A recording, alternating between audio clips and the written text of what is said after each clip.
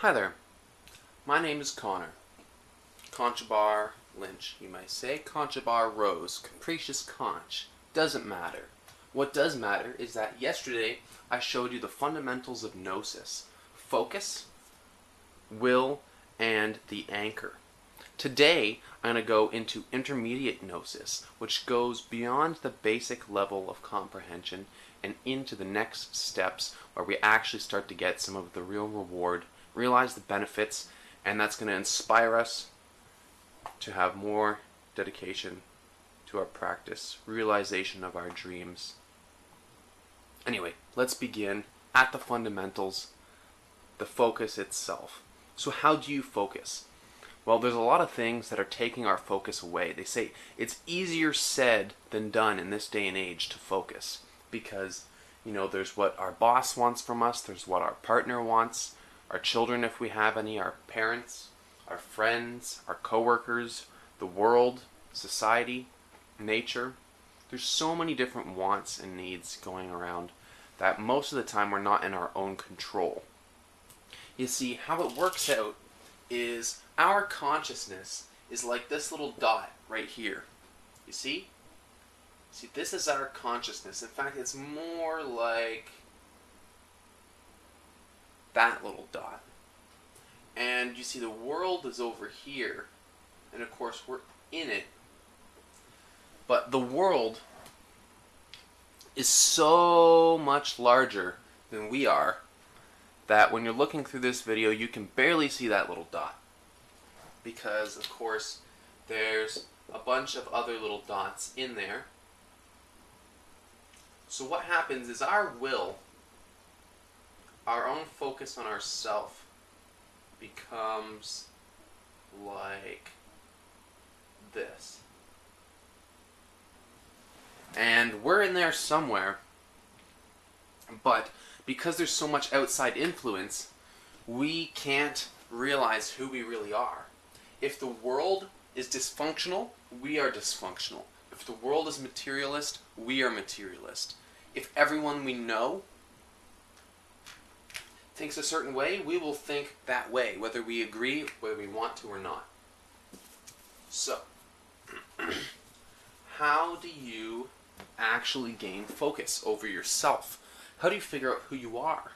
Well, you see, we have this built-in little function called the ego. And what the ego does is, here's the world, it takes us and it separates us from the world. And we're over here.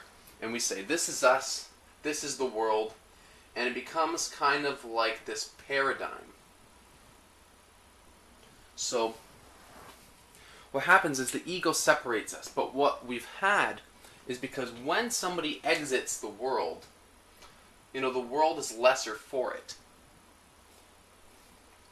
At a base level, people don't interact with the world in a meaningful way. They interact with it in an energetic way, mostly in the form of currency, because currency is a form of energy that represents life force. Because what else could one possibly want but life force? However, it doesn't accurately portray life force, as you can have life force outside of currency. It just theoretically represents life force. So, as an example, when you leave society, you stop consuming products. You stop interacting with people that don't share your beliefs and aren't interested in a rational discussion. They just want to bear your beliefs, whether they make sense or not.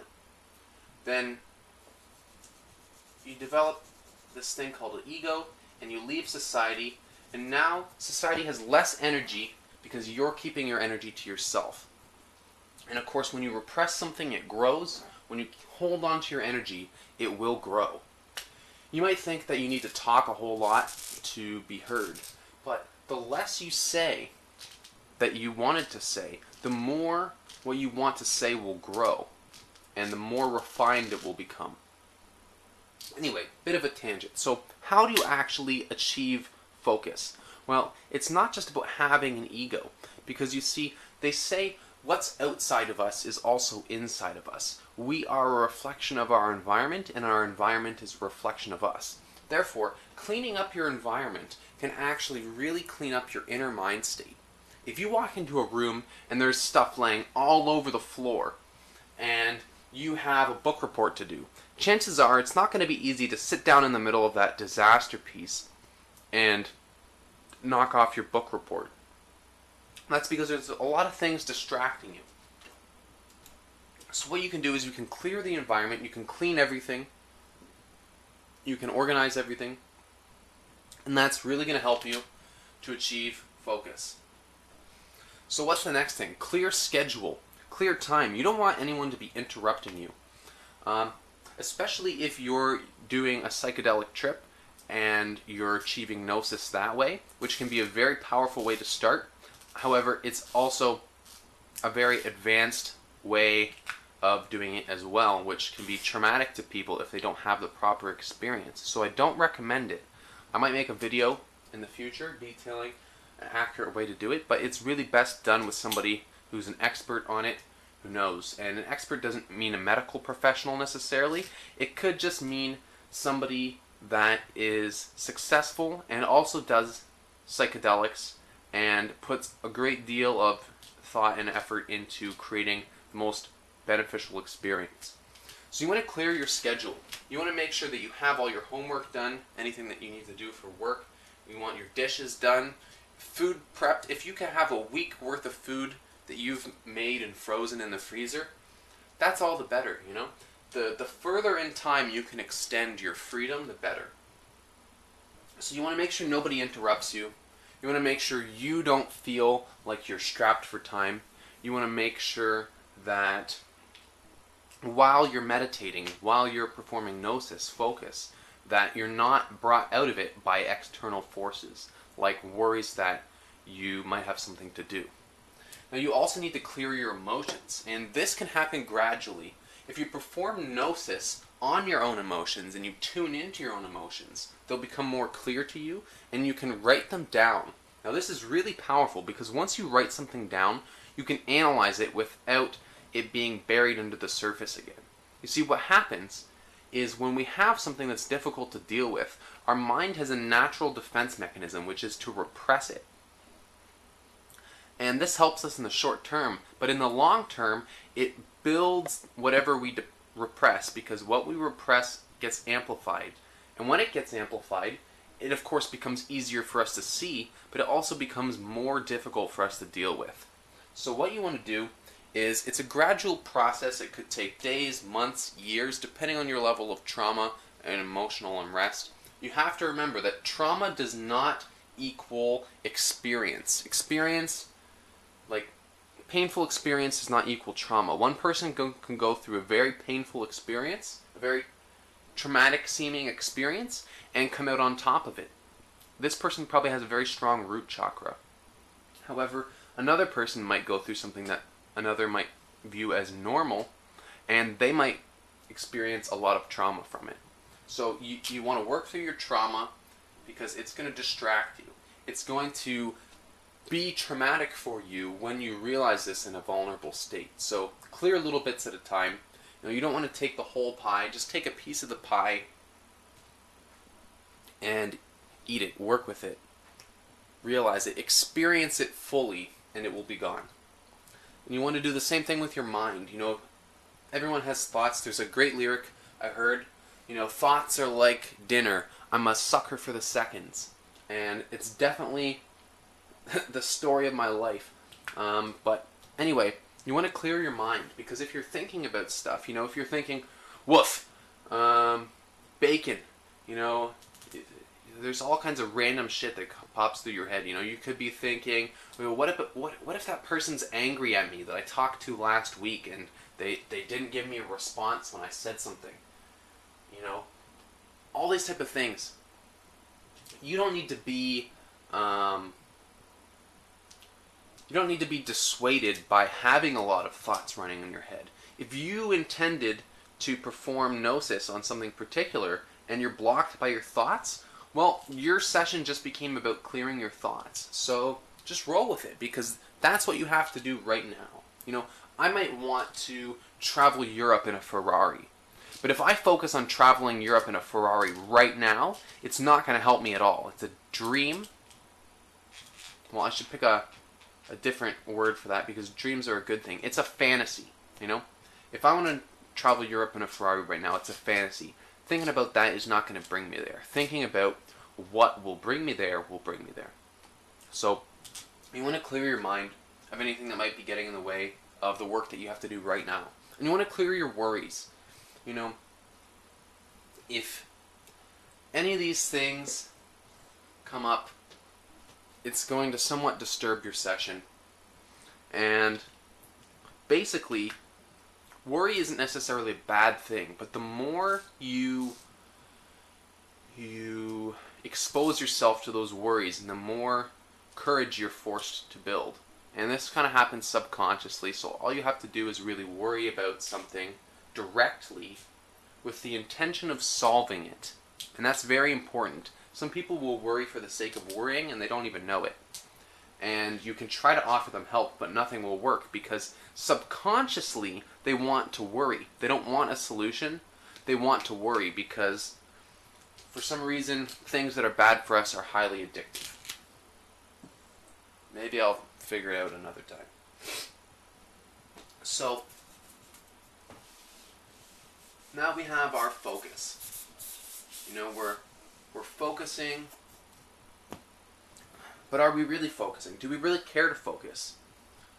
You know, if my intention, my will, is that I want to fill my house with bags of chips right up to the ceiling because I really love chips, and you know, that's like my dream. That's a really, it's difficult in this day and age to find a word for that.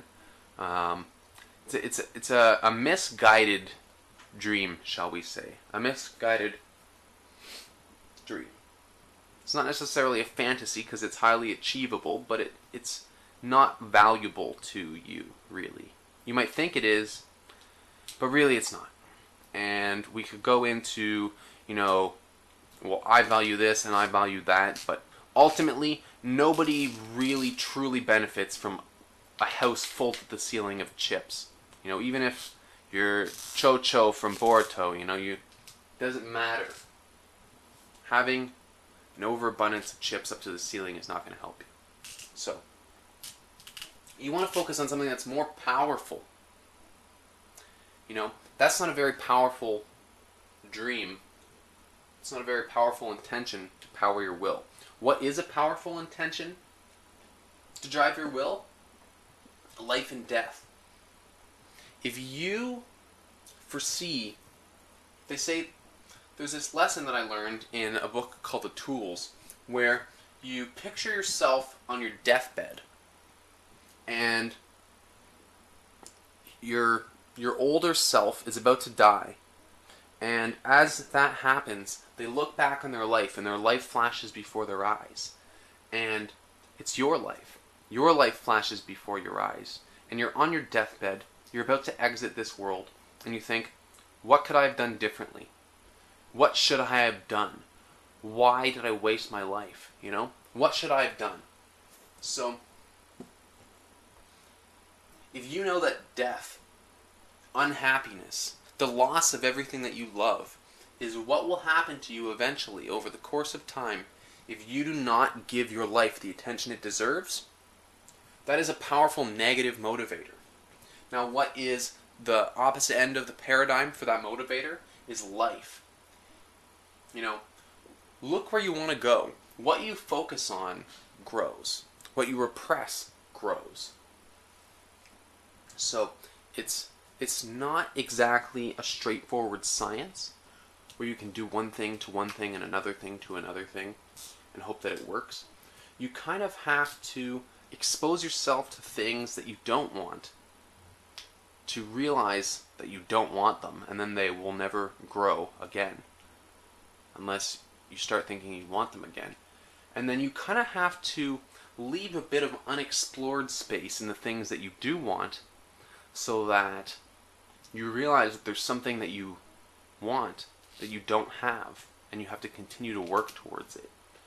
if you achieve everything that you want right away, you're very likely to be sated, satisfied, and you're going to say, oh, I can put this down now, I've got what I want. And you're not going to continue to practice. So you need to imagine the life that you want. Be dissatisfied with the life that you have, even though you accept it. But imagine the life that you want.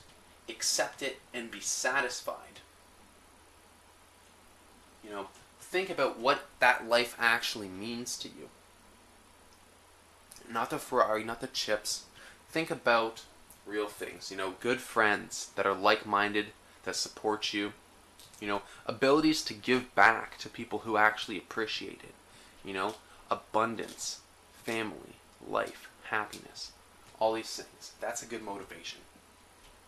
Knowing that if you don't work on it, you will have loneliness, sadness, and death. So, I don't usually support dual thinking, but it's not entirely fallible. It is useful in these kind of scenarios. So another dual scenario is slavery versus mastery.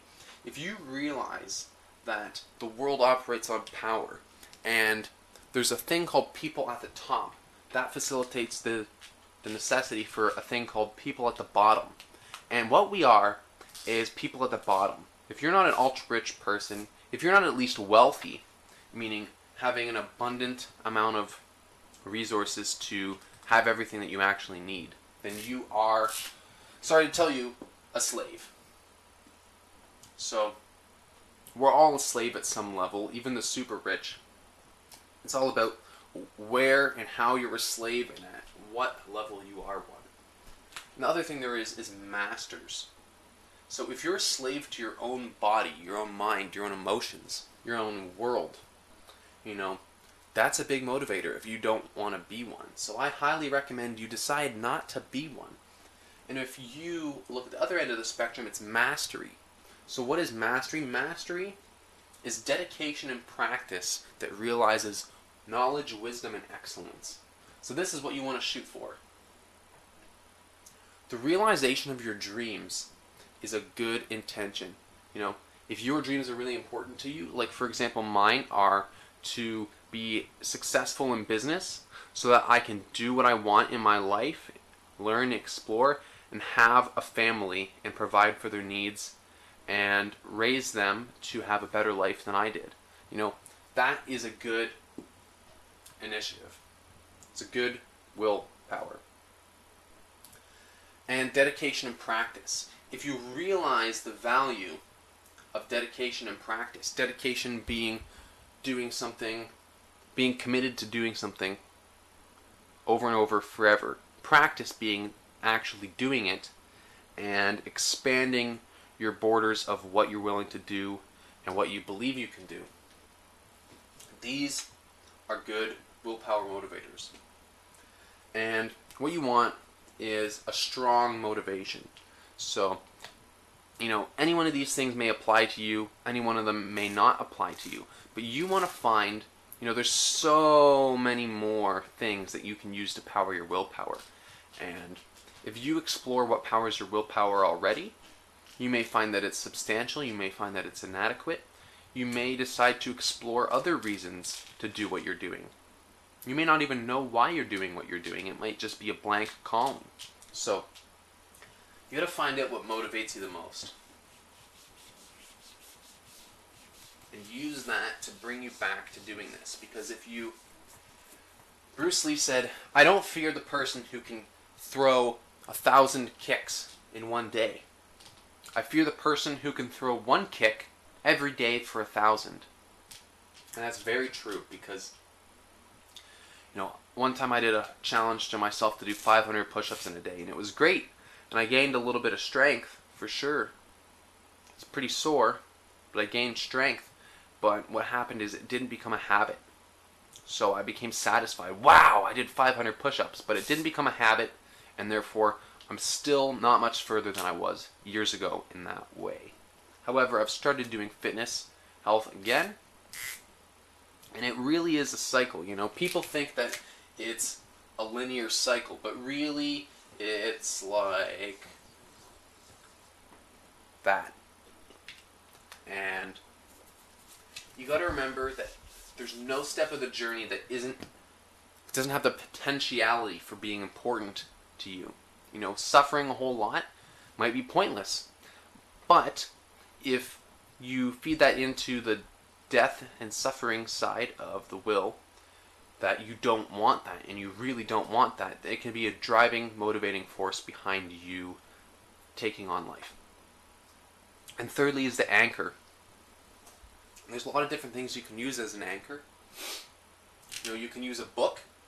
It's probably the most standard one that will be useful to you, because it will teach you things, and when you learn things, it inspires you to action. You can't build yourself up and force yourself to action for something that you don't understand why you're doing it.